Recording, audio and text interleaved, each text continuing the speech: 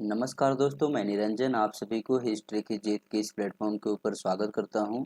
आज के क्लास में संगम युग को डिटेल से पढ़ेंगे, पर आप सबसे एक रिक्वेस्ट है कि वीडियो को आप लोग एंड तक देखना।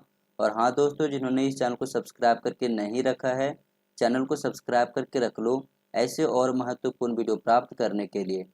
तो चलिए शुरू करते हैं। संगम युग का समय काल है 300 ईसा पूर्व से 300 ईस्वी के बीच में।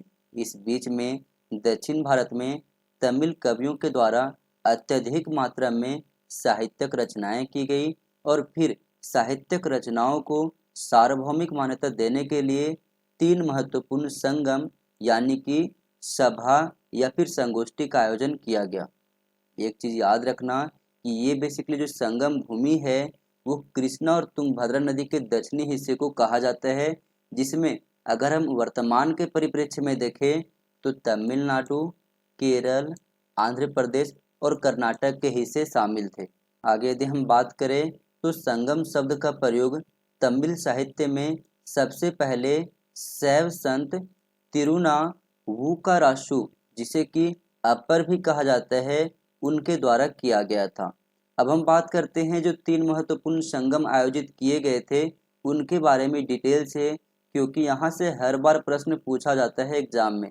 सबसे पहले हम बात करते हैं प्रथम संगम के विषय में। तो इसे मदुरा संगम के नाम से भी जाना जाता है और इसका आयोजन पांड्य राज्य की राजधानी मदुरई यानी कि मदुरा में किया गया था। इस संगम के अध्यक्ष अगस्त्य ऋषि थे, जिसे कई सारे अलग अलग पुस्तकों में अगस्त्याचार्य के नाम से भी जाना गया है।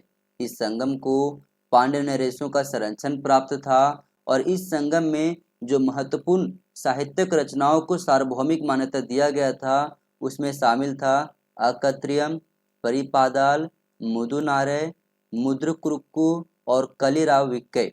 लेकिन वर्तमान समय में इन संगम साहित्यों की कोई भी साक्ष्य हमारे पास मौजूद नहीं है। अब हम बात करते हैं द्वितीय संगम के विषय में। तो इसे इंडस संगम के नाम से भी जाना जाता है। इसका आयोजन कपाटपुरम में किया गया था, जिसे अलवय के नाम से भी जाना जाता है। याद रखना कि पुरानी राजधानी मदुरा के जलमग्न होने के कारण ही कपाटपुरम में द्वितीय संगम का आयोजन किया गया था। द्वितीय संगम के संस्थापक अध्यक्ष अगस्त्य ऋषि थे और उस समय के जो कार्यकारी अध्यक्ष थे वो थे तोल्कापियर। इस समय जिन साहित्यिक रचनाओं को मान्यता दिया गया था उसमें शामिल है अंकत्रियम, तोल्कापियम। तोल्कापियम एक व्याकरण ग्रंथ है, इसे आप लोग याद रखना। इसके अतिरिक्त महापुराणम, ईशानुकनम, भूत पुराणम, केली, कुरुक, वेंढाली और व्यालमलय। यदि हम बात करें तृतीय संगम के विषय में तो तृतीय संगम को कुड्डल संगम के नाम से भी जाना जाता है। इसका आयोजन उत्तरी मदुरा में किया गया था और ये बेसिकली पांड्य का राजधानी था। याद रखना यहाँ पर एक चीज कॉमन है कि पांड्यों के संरक्षण में ही प्रथम, द्वितीय और तृतीय संगम का आयोजन किया गया था। इस समय के अध्यक्ष थे नकीर और इस समय जिन साहित्यिक रचनाओं को मान्यता दिया गया था उसमें शामिल है नेंदुतोगई, कुरुंतोगई, नान्नूर, एंकुरुनर, पतित्रुपत्तु, नूत्रैम्बंधु, परिपदाल, वरिपिरिशय और शीर्षय। अब यहाँ से यूजीसी नेट के पेपर में 18 जून 2024 के एग्जाम में प्रश्न पूछा गया था, निम्नलिखित में से कौन सी कृति या फिर रचना द्वितीय संगम से संबंधित है? अकटियम, परिपादाल, नटरीनाई या फिर तोल्कापियम। तो सही विकल्प हो जाएगा ऑप्शन नंबर डी आपका, तोल्कापियम का रचना द्वितीय संगम में किया गया था। अब हम बात करते हैं संगम साहित्य के वर्गीकरण के विषय में। तो संगम साहित्य को 2 तरीके से बांटा जाता है, एक भौगोलिक आधार पर और दूसरा काव्य प्रवृत्ति के आधार पर। भौगोलिक आधार पर जो बांटा गया है उसमें शामिल है कुरंजी, जिसे कुरंची भी कहा जाता है, और कुरंजी के अंतर्गत उन साहित्यिक रचनाओं को शामिल किया गया है जो पहाड़ी क्षेत्र से संबंधित हैं या फिर प्रेमियों के मिलन से संबंधित है। पाले के अंतर्गत रखा गया है शुष्क भूभाग से संबंधित विषय को और वियोग से संबंधित विषय को। मूले के अंतर्गत वन, जंगल, देहाती क्षेत्र इनसे जुड़े विषयों को रखा गया है। नेतल के अंतर्गत समुद्र के किनारे जो भी घटनाएं हुई हैं, इसके अतिरिक्त विलाप से संबंधित जो भी साहित्यिक रचनाएं हुई हैं उनको रखा गया है नेतल के अंतर्गत। मरुदम, इसके अंतर्गत नदी का क्षेत्र या फिर उपजाऊ भूमि से संबंधित जो भी साहित्यिक रचनाएं हुई हैं उनको रखा गया है। इसके अतिरिक्त उदास चित्त से संबंधित जितने भी साहित्यिक रचनाएं की गई हैं उसे भी मरुदम के अंतर्गत रखा गया है। यदि हम बात करें काव्य प्रवृत्ति के विषय में तो इसके अंतर्गत आता है अहम, जिसे एकम कहा गया है, और दूसरा है पूरम। अहम के विषय में बात करें तो ये विशुद्ध रूप से प्रेमी की व्यक्तिपरक भावनाओं से संबंधित साहित्यिक रचना माना जाता है। जबकि यदि हम बात करें पूरम के विषय में तो इसमें राजाओं की वीरता और महिलाओं की इच्छा व बुराई से संबंधित जो भी साहित्यिक रचनाएं हैं वो रखे गए हैं। अब यहाँ से यूजीसी नेट के पेपर में जून 2022 के शिफ्ट 2 में प्रश्न पूछा गया था। सूची 1 को सूची 2 से मिलान कीजिए। नैनीताल, इसका संबंध है समुद्री तट से। मूले का संबंध है वन क्षेत्र से।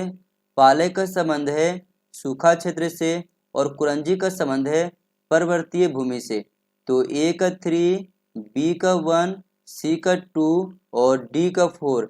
ए का 3, बी का 1, सी का 2, डी का 4 ऑप्शन नंबर डी में है। ऑप्शन नंबर डी आपका सही जवाब है। अब हम बात करते हैं संगम युग के प्रमुख महाकाव्य के विषय में। तो पहला है शिल्पाधिकारम। शिल्पाधिकारम का शाब्दिक अर्थ है नुपुर की कहानी, यानी कि जो पैरों की पायल होती है उनसे जुड़ा हुआ ये कहानी है। ये बेसिकली प्रेम कथा पर आधारित एक साहित्यिक ग्रंथ है जिसके रचनाकार का नाम है इलंगो आदिगल। इलंगो आदिगल ने इसमें कोवलन और कनगी की कथा लिखी है। कोवलन अपनी पतिव्रता कनकी को भूल जाता है और कावेरी पट्टनम की माधवी नामक एक वैश्या पर आसक्त हो जाता है और इसी पर आधारित ये साहित्यिक रचना है। इस महाकाव्य में एक स्थान पर श्रीलंका के राजा गजबाहु का उल्लेख भी मिलता है। इसके अतिरिक्त याद रखना शिल्पाधिकारम को तमिल महाकाव्य का इलियड कहा जाता है। अगला है मणिमेखलई। मणिमेखलई के रचनाकार का नाम है शीतले सतनार। मणिमेखलई शिल्पाधिकारम जो कथानक है उसी के अनुपूरक है, जिसके कारण से मणिमेखलई को वणिक कथा पर आधारित साहित्य ग्रंथ माना जाता है। इसमें कोवलन और माधवी के मिलने से जो स्त्री का जन्म हुआ था उसका नाम था मणिमेखलई, और इस कहानी में मणिमेखलई के साहसिक जीवन का वर्णन किया गया है। इसमें बताया गया है कि माधवी की पुत्री मणिमेखलई भली भांति यह अनुभव करती है कि मानव प्रेम का क्षेत्र सीमित है और वह स्वयं को बुध, धम और संघ को अर्पण कर देती है। इस महाकाव्य को तमिल काव्य का ओडिसी माना जाता है और यह एकमात्र ऐसा ग्रंथ है जिसमें संगम युगीन ललित कला के विकास का वर्णन किया गया है। अगला है जीवक चिंतामणि। इस महाकाव्य के रचनाकार का नाम है त्रिउंतक देवर और ये बेसिकली जीवक के जीवन पर आधारित एक साहित्यिक ग्रंथ है। इसके बाद अगला नाम आता है कुरल का। इस महाकाव्य के रचनाकार का नाम है तिरुवल्लुर और यह एक दार्शनिक ग्रंथ है। इसे तमिल साहित्य का बाइबल या फिर पंचम वेद या फिर संक्षिप्त यानी कि लघु वेद भी कहा जाता है। ये राजशास्त्र पर महत्वपूर्ण प्रकाश डालता है। इसमें चेर, चोल और पांड्य राजाओं की जो प्रशासनिक व्यवस्था थी उसकी जानकारी हमें मिलता है। अब हम बात करते हैं संगम युग के जो महत्वपूर्ण राजवंश रहे हैं उसके विषय में। तो संगम युग में 3 महत्वपूर्ण राजवंश दक्षिण भारत में शासन कर रहे थे, जिनमें शामिल है चेर, चोल और पांड्य राजवंश। इनका उल्लेख अशोक के शिलालेख में भी मिलता है और वहां पर इनके क्रम को दर्शाया गया है, जिसमें सबसे पहले आता है चेर, उसके बाद चोल, उसके बाद पांड्य। इसके अतिरिक्त याद रखना मेगास्थनीज के इंडिका में ही सबसे पहले पांड्य राजवंश के बारे में जानकारी हमें मिला था। तो चलिए अब हम बात करते हैं सबसे पहले चेर राजवंश के बारे में, उसके बाद हम बात करेंगे चोल और पांड्य राजवंश के बारे में। चेर राजवंश का जो शासन व्यवस्था था वो बेसिकली वर्तमान केरल वाला क्षेत्र में विस्तृत था, जिसमें शामिल था उत्तरी त्रावणकोर, कोचीन और दक्षिणी मालाबार के क्षेत्र। आगे यदि हम बात करें तो चेर राजवंश का राजधानी वांजी था, जिसे करूवुर भी कहा गया है, और अशोक के शिलालेखों में चेर राज्य को केरल पुत्र के नाम से उल्लेख किया गया है। चेर राजवंश का जो प्रतीक चिन्ह था वो था धनुष। इसे अच्छे तरीके से आप लोग याद रखना। इसके अतिरिक्त चेर वंश का जो पहला शासक था उसका नाम था उदयनजिराल। इसके बाद अगला उत्तराधिकारी बनता है नेंदुजेराल, जिसे कि नेम्पुजिराल आदन के नाम से भी जाना जाता है, और इसे यशस्वी शासक कहा जाता है। इन्होंने अपने राज्य का विस्तार किया और अधिराज का उपाधि प्राप्त किया था। नेम्पुजिराल के बाद जो अगला उत्तराधिकारी बनता है उसका नाम है सेनगुटवन, जिसे लाल या फिर अच्छा चेर के नाम से भी जाना जाता है। चेर राजाओं में सेनगुटवन को महानतम शासक के नाम से जाना जाता है, और इसे उत्तर में आक्रमण करने और गंगा को पार करने का श्रेय भी दिया जाता है। आगे यदि हम बात करें तो सेनगुटवन ने पत्नी संप्रदाय का स्थापना किया था, यानी कि सबसे पहले पत्नी पूजा, जिसे कि कनगी पूजा भी कहा जाता है, इसका शुभारंभ सेनगुटवन के द्वारा ही किया गया था। चेर राज्य का अंतिम राजा कुडक्को, इलंजिराल हरमपुरई और मांदनजिराल इरमपोजई थे, जिन्होंने चोल और पांड्य शासकों से युद्ध किए थे। अब हम बात करते हैं चेर राजवंश से जुड़े हुए कुछ महत्वपूर्ण फैक्ट के विषय में। तो चेरकालीन जो प्रमुख बंदरगाह था उसमें शामिल है टोंडी और मुजायरिश। मुजायरिश जो है वो भारत रोम व्यापार का एक प्रमुख केंद्र माना जाता था। इस समय दक्षिण भारत में गन्ने की खेती की शुरुआत भी हुई। इसके अतिरिक्त याद रखना पादरुपत्तु चेर राजाओं की स्तुतिपरक कविताओं का संग्रह है। अब यहाँ से यूजीसी नेट के पेपर में इस बार जो एग्जाम हुआ था दिसंबर 2025 सेशन के लिए 5 जनवरी 2026 को, उसमें प्रश्न पूछा गया था सूची 1 को सूची 2 से सुमेलित करें। सूची 1 में राजा का नाम है, सूची 2 में उनसे संबंधित वंश का नाम लिखा गया है। तो चेर का संबंध हो जाएगा सेनगुटवन से, चोल का हो जाएगा करिकाल से, वेंगी का हो जाएगा हस्तिवर्मन से, और कदम्ब का हो जाएगा मयूर शर्मन से। तो ए का 2, बी का 1, ए का 2, बी का 1, सी का 3, डी का 4, ऑप्शन नंबर 3 में है। ऑप्शन नंबर 3 आपका सही जवाब है। अगला प्रश्न है निम्नलिखित राजाओं को कालानुक्रमिक रूप में व्यवस्थित कीजिए। ये प्रश्न पूछा गया था 10 जनवरी 2025 में जो एग्जाम हुआ था उसके पेपर में। प्रश्न में जो विकल्प दिए गए थे उसमें शामिल है सेनगुटवन, उदयनजिराल, नेंदुसेलियन, करिकाल और सेंगनन। तो सबसे पहले आ जाएगा आपका उदयनजिराल, उसके बाद सेनगुटवन, उसके बाद आ जाएगा करिकाल, उसके बाद आ जाएगा नेंदुसेलियन, और सबसे अंतिम में आएगा सेनगनन। तो BADCE ऑप्शन नंबर बी में है। ऑप्शन नंबर बी आपका सही जवाब है। अब हम बात करते हैं चोल राजवंश के विषय में। तो संगम युगीन दक्षिण भारत के राज्यों में चोल राज्य सर्वाधिक प्रसिद्ध और प्रभावशाली राज्य था। ये राज्य पूर्वी तमिलनाडु में पेन्नार और दक्षिणी वेलारू नदी के मध्य में स्थित था। संगमकालीन चोलों की प्रारंभिक राजधानी उरैयूर था, जो कि बाद में पुहार को बनाया गया था, और इसी पुहार को कावेरी पट्टनम के नाम से भी जाना जाता है। इसके अतिरिक्त ये याद रखना कि चोल राजवंश का प्रतीक चिन्ह व्याघ्र यानी कि बाघ था, और चोलों का सर्वाधिक महत्वपूर्ण राजा कारिकाल था। यदि हम कारिकाल की विशेषताओं की बात करें तो उनकी राजनीतिक सत्ता का केंद्र उरैयूर था, जो कि कपास के व्यापार के लिए काफी ज्यादा मशहूर था। करिकाल ने पुहार यानी कि आज के कावेरीपट्टनम का जो क्षेत्र है उसका स्थापना किया था, और पुहार जो है चोल कालीन इसके समय के प्रमुख बंदरगाह था। अब हम बात करते हैं पांड्य राजवंश के विषय में। तो संगम युगीन राज्यों में सबसे प्रमुख राज्य पांड्य राज्य को ही माना जाता है, क्योंकि इनके कार्यकाल में ही 3 संगम का आयोजन किया गया था। इस राज्य के बारे में पहली बार उल्लेख मेगास्थनीज के इंडिका में मिला हमें। इसके अतिरिक्त ये याद रखना कि पांड्य राजवंश का प्रतीक चिन्ह मछली था और राजधानी मदुरा। प्रारंभिक पांड्य राजाओं में नेंदुजेलियन, जिसे कि नेंदुसेलियन भी कहा जाता है, इनका नाम बहुत ज़्यादा प्रसिद्ध है। नेंदुसेलियन का अन्य नाम है नेदियोन, और नेदियोन का अर्थ होता है लंबे कद वाला। ऐसा माना जाता है कि इन्होंने पहरुली नदी को अस्तित्व प्रदान किया था और समुद्र की पूजा प्रारंभ करवाया था। नेंदुसेलियन स्वयं एक उच्च कोटि का कवि और कवियों का प्रश्रयदाता भी था, इसे भी आप लोग याद रखना। आगे यदि हम बात करें तो स्ट्रूबो के अनुसार पांड्य राजाओं के रोमन साम्राज्य के साथ व्यापारिक संबंध थे। इसके अतिरिक्त ये भी याद रखना कि पांड्य राजाओं ने रोमन सम्राट अगस्टस के राजदरबार में राजदूत को भेजे थे। अब हम बात करते हैं संगम युगीन प्रशासनिक व्यवस्था के विषय में। तो चाहे वो चेर हो, चोल हो या फिर पांड्य राजवंश हो, राजा तीनों में ही निरंकुश हुआ करता था। इनका पद वंशानुगत होता था और ज्येष्ठ यानी कि उच्चता पर यह आधारित होता था। प्रशासन का सर्वोसर्वा राजा को ही माना जाता था। राजा को मनम, बेडम, कोरवन या फिर इरेवन आदि नामों से भी संबोधित किया जाता था।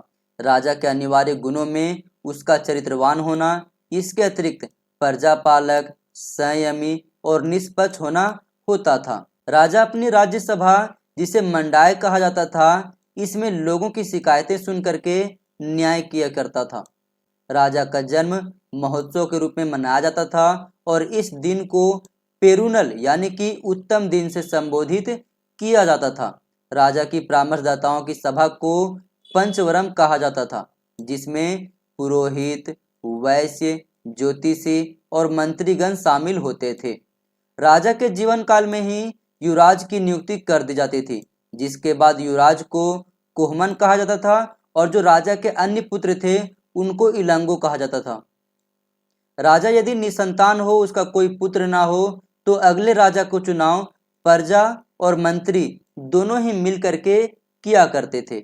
अब हम बात करते हैं संगम युगीन प्रशासनिक व्यवस्था के ढांचा के विषय में। तो संपूर्ण साम्राज्य को मंडलम कहा जाता था। इस मंडलम को नाडु में बांटा गया यानी कि प्रांत में, और इसी नाडु को बाद में ऊर में बांटा गया यानी कि गांव में। ये गांव के भी 3 कैटेगरी थे। पहला बड़ा गांव यानी कि पेरूर, दूसरा छोटा गांव यानी कि सिरूर और तीसरा पुराना गांव यानी कि मुडूर।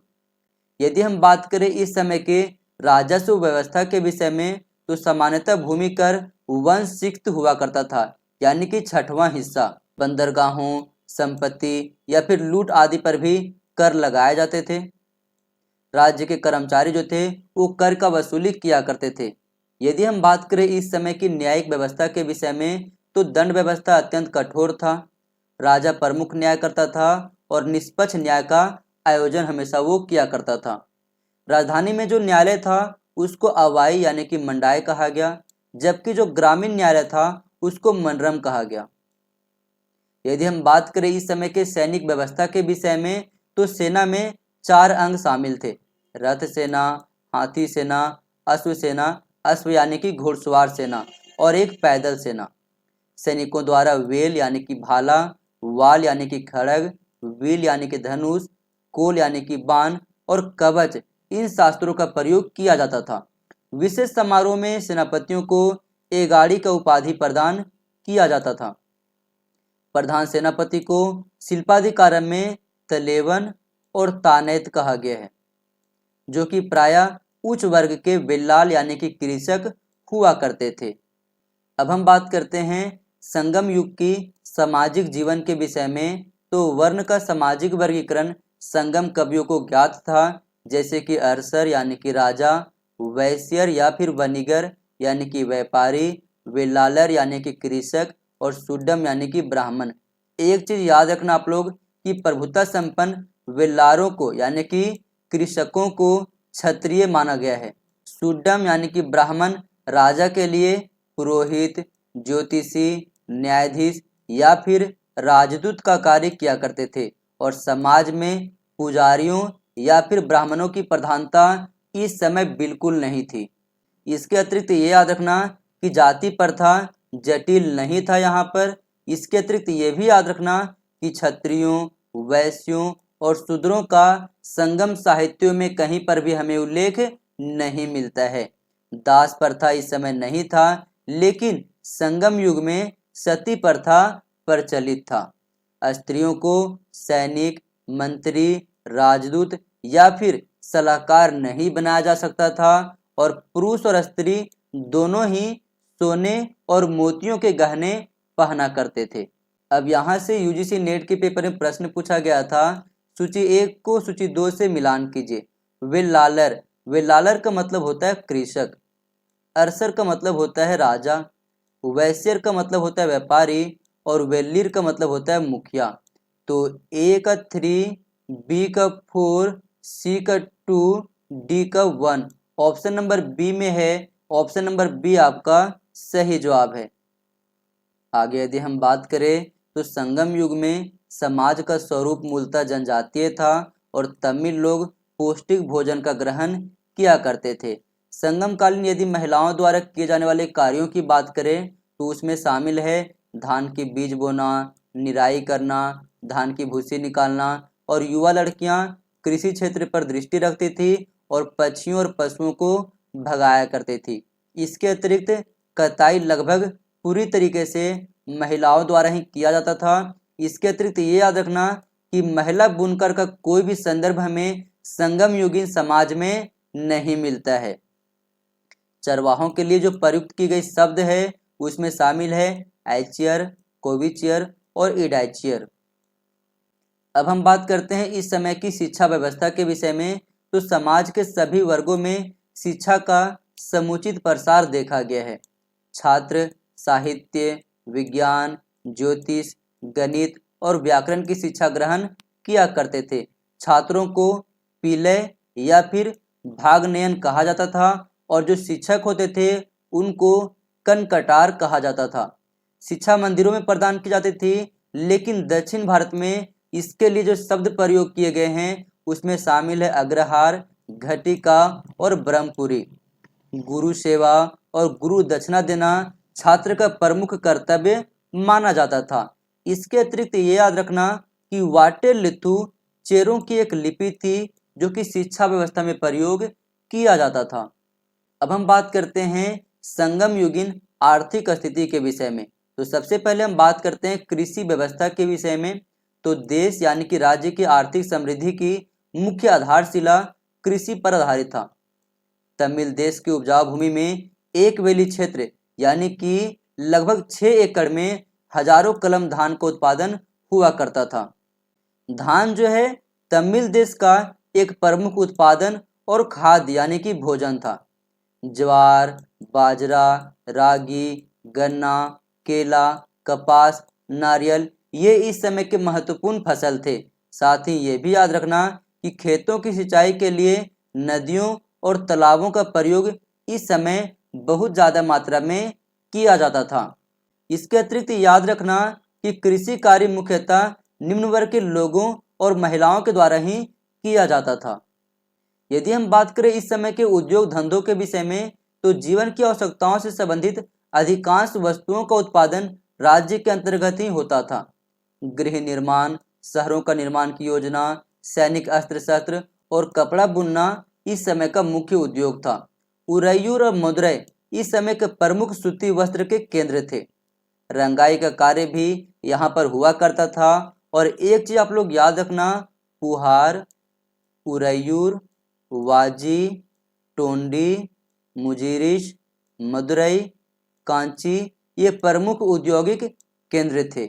अब हम बात करते हैं इस समय के व्यापारिक व्यवस्था के विषय में। तो संगम काल में व्यापार विशेष करके विदेशी व्यापार अभूतपूर्व उन्नति की दिशा में बढ़ रहा था। विदेशी व्यापार में सर्वाधिक भागीदारी चोल राजवंश का था, इसके बाद पांड्य और चेर राजवंश का और इसके बाद दक्कन के सातवाहनों का। आगे यदि हम बात करें तो इस समय व्यापार एवं वाणिज्य उन्नत दशा में था और आंतरिक व्यापार विनिमय के लिए मुख्यतः धान का प्रयोग किया जाता था। इस समय व्यापारिक संघों को वणिक धातु कहा जाता था। आगे यदि हम बात करें तो पुहार और सालीपुर दो प्रमुख बंदरगाह थे जहां से विदेशी व्यापार हुआ करता था। इसके अतिरिक्त याद रखना गौरा, तोंडी, मुजारिस और नेलसीडा पश्चिमी समुद्री तट के प्रमुख बंदरगाह थे। इसके अतिरिक्त ये भी याद रखना कि विदेशी व्यापार में मसालों की बहुत ज़्यादा प्रधानता थी और इसके बाद हाथी दांत, मोती, मूंगा, सीपी, इनका बहुत ज़्यादा मांग विदेशों में हमेशा रहता था। आगे यदि हम बात करें तो रोम और अरबी देशों के साथ व्यापारिक संबंध भारत के बने रहे और संगम साहित्य में यूनानी रोमन व्यापारियों को यवन कहा गया है। एक इम्पोर्टेंट फैक्ट जो आप लोग याद रखना वो है व्यापारी वर्गों के नाम। उमानार कहा गया है नमक व्यापारी को, कोगला वनिकन कहा गया है मक्का व्यापारी को, अरु वनिकन कहा गया है कपड़ा व्यापारी को और पोन वनिकन कहा गया है सोना व्यापारी को। अब हम बात करते हैं संगम युगीन महत्वपूर्ण तथ्यों के विषय में। तो इस समय के जो मुख्य देवता थे उनका नाम था मुरुगन। आरंभिक तमिल साहित्य जाति प्रथा की अनुपस्थिति का साक्ष्य प्रस्तुत करता है, यानी कि तमिल साहित्यों में कहीं पर भी जाति प्रथा की जानकारी हमें नहीं मिलता है। इसके अतिरिक्त याद रखना तमिल क्षेत्र में दक्षिण हस्त को वलंगई और वाम हस्त को इड़ंगई कहा जाता था। दक्षिण हस्त और वाम हस्त दोनों समूहों में गैर कृषक जातियों जैसे कि शिल्पकार और ऊंची जाति के लोग शामिल थे। आगे यदि हम बात करें तो पेरिप्लस ऑफ द एरिथ्रियन सी में संगमकालीन दक्षिण भारत के दो महत्वपूर्ण अंतर्राष्ट्रीय बाजार, एक है प्रतिष्ठान और दूसरा तगर, इनका उल्लेख किया गया है। साम्राज्यकाल में भारतीय व्यापारियों द्वारा कटाह द्वीप की कठिन समुद्री यात्रा का वर्णन किया गया है। इस समय के जो श्रीलंका के संगम शासक थे उनका नाम था गजबाहु और जो संगम कवि थे श्रीलंका के उनका नाम था इलम्बोध्यार। अरिकामेडु बंदरगाह हिंद रोमन व्यापार का प्रमुख केंद्र था क्योंकि यहाँ से खुदाई से बड़ी संख्या में रोम के सिक्के मिले हैं और ये सिक्के अगस्टस के थे, इसे भी आप लोग याद रखना। इसके अतिरिक्त याद रखना दक्षिण भारत के पूर्वी तट पर स्थित बंदरगाह के विषय में। तो दो बंदरगाहों का नाम याद रखना, एक कावेरीपत्तनम और दूसरा कोडकई। तो दोस्तों वीडियो को आज हम लोग यहीं पर समाप्त करते हैं, मिलते हैं अब अगले क्लास में। पर आप सबसे एक रिक्वेस्ट है दोस्तों, वीडियो कैसे लगी कमेंट सेक्शन में जरूर बताना। और हाँ दोस्तों, जिन्होंने इस चैनल को सब्सक्राइब करके नहीं रखा है, चैनल को सब्सक्राइब करके रख लो ऐसे और महत्वपूर्ण वीडियो प्राप्त करने के लिए।